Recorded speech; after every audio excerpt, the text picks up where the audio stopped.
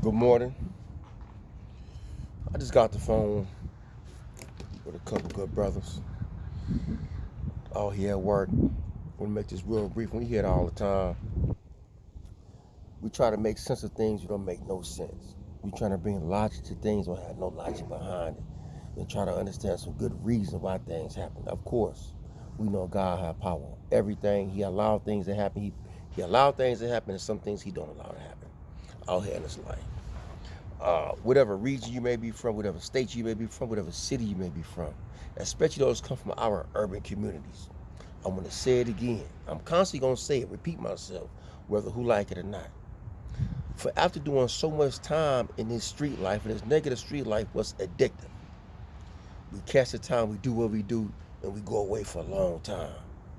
We had them differences out here in the streets, but when you get behind that wall, whether you from Richmond, Oakland, Pittsburgh, Frisco, Antioch, LA, Sacramento, Dago, each yard is dividing the cars, or sets, whatever you want to call it.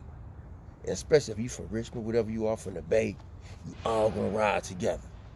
All that division on the yards, nah, because you up against so much. First, you up against getting your life back. You up against staff. COs don't want to see you go home. And then you're gonna be up against other races. Then you're gonna be up against just the time of being hopeless. People leaving you for dead who you thought had your back. Those so-called friends who you thought had your back or homeboys or partners, they gonna leave your back. They gonna leave your back. They gonna mess with your girlfriends, your wives. They gonna do all that. Mess with your family members. They gonna dirty Mac you, dirty up your name, all type of stuff. So just remember that foolishness. Think before you act. Think before you act. Think before you gotta have that son crying, that daughter crying, that mama crying. The impact of the community, the impact on yourself, on the lives that's being affected. You're gonna go through a point, it's gonna be from no hope to ever coming home. Two ways: death or long-term incarceration. And it's gonna feel like you dead. And again, we behind that wall, everybody gotta stick together.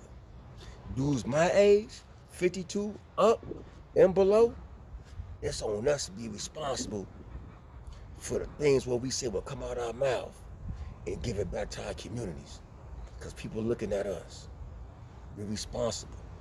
Use our intelligence to say, hey, we got to stop that hate out here. We got to stop that negativity. We say we bosses, we say we leaders.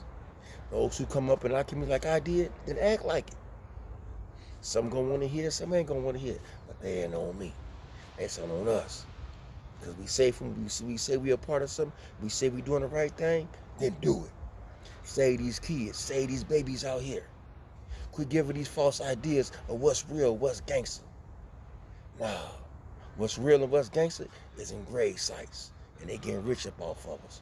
Motivated help us for 100 years.